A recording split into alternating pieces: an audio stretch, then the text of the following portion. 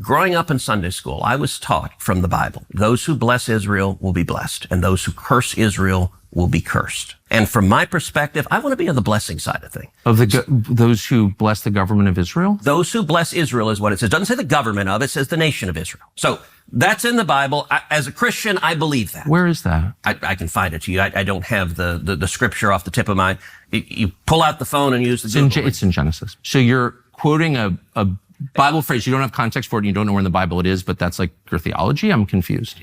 What does that even mean? Tucker. I'm a Christian. I want to know what you're talking about. Okay. Where does my support for Israel come from? Number one, because biblically we're commanded to support Israel. But number two, hold on. I'm not holding on. Hold on. You're a senator and now you're throwing out theology and I am a Christian and I am allowed to weigh in on this. We are commanded as Christians to support the government of Israel? We are commanded to support Israel. And what does that mean, Israel? We're told those who bless Israel will be blessed. Hold on. Define Israel. This is important. Are you kidding?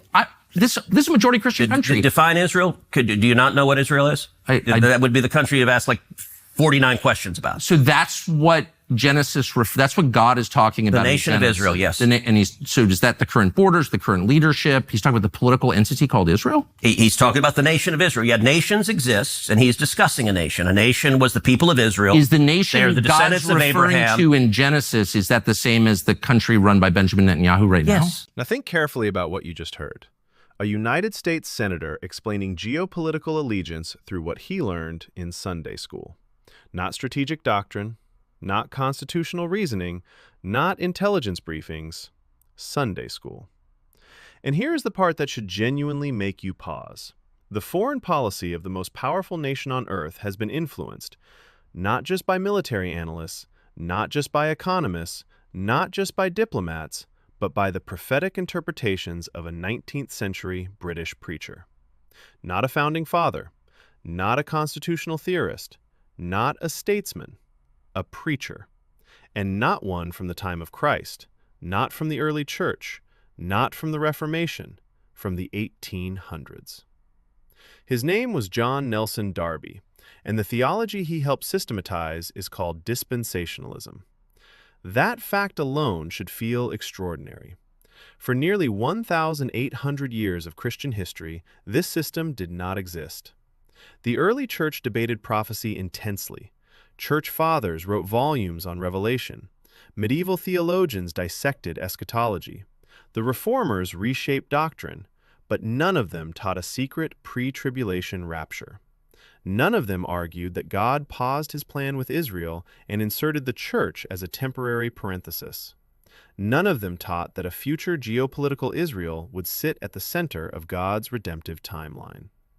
That entire framework appears in the 19th century. If something is essential to the gospel, how did it remain undiscovered for nearly 2 millennia? Did Augustine miss it? Did Aquinas overlook it? Did Luther and Calvin somehow fail to read key passages? Or is this not rediscovered orthodoxy, but theological innovation? And here is how it spread. Not through universal councils, not through historic creeds, through publishing. The Scofield Reference Bible embedded dispensationalist interpretation directly into the margins of Scripture. Readers encountered commentary beside the biblical text. Gradually, interpretation began to feel inseparable from revelation. Footnotes became doctrine. Speculation became expectation. And what began as a 19th century system became mainstream American evangelical belief. Quietly, gradually, until its origin was forgotten. Fast forward, the United States becomes a global superpower, a nuclear power, a military giant, and a significant portion of its electorate grows up believing, bless Israel and God blesses you. Oppose Israel and God curses you. Territorial control aligns with prophecy. Conflict in the Middle East fits a divine timeline. Pause for a moment. A modern superpower with aircraft carriers, missile systems, and global intelligence networks influenced by a prophetic system born in Victorian Britain. That is not satire. That is documented history, and it should feel unsettling. The theological issues are not minor. The New Testament emphasizes unity, one body, one new humanity, the dividing wall between Jew and Gentile broken down. Dispensationalism reintroduces division. Two peoples, two destinies, two parallel programs. The church becomes a parenthesis in God's plan. Israel resumes the central prophetic role later. That reframes the entire story of redemption. Instead of Christ fulfilling Israel's promises, Israel's national future becomes a separate prophetic axis. Then there is the temple issue. Many within dispensationalism anticipate a rebuilt third temple. Some expect renewed sacrifices, described as symbolic or memorial.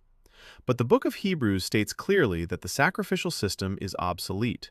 Christ's offering was once for all, final, complete. So the question becomes unavoidable. If the cross fulfilled the old covenant system, why anticipate its structural return? If Christ completed the temple system, why shift prophetic focus back toward bricks and stone? That is not a side detail. It relocates the center of gravity from a finished cross to a future geopolitical scenario. Now consider the political consequences more directly. If you genuinely believe that God blesses nations based on their stance toward modern Israel, foreign policy becomes spiritual calculus. If you believe Middle East instability precedes Christ's return, peace becomes temporary. If you believe escalating conflict aligns with divine timing, instability can begin to feel inevitable, even meaningful. No one needs to say it explicitly. Beliefs shape instincts. Instincts shape voting behavior. Voting behavior shapes leadership. Leadership shapes policy. Policy shapes the world. And all of this traces back not to apostolic teaching, but to a 19th century interpretive framework. Support for Israel can be debated strategically, historically, or diplomatically. That is legitimate political discussion. But when support is framed as a divine requirement tied to prophetic blessing, we are no longer discussing ordinary policy. We are discussing theology. And when that theology is historically recent, the irony becomes profound. For 1,800 years, Christians governed, debated, and built civilizations without this system. The Roman Empire did not operate on it. Medieval Europe did not operate on it. The Reformers did not operate on it. Yet modern America often treats it as ancient, unquestionable truth.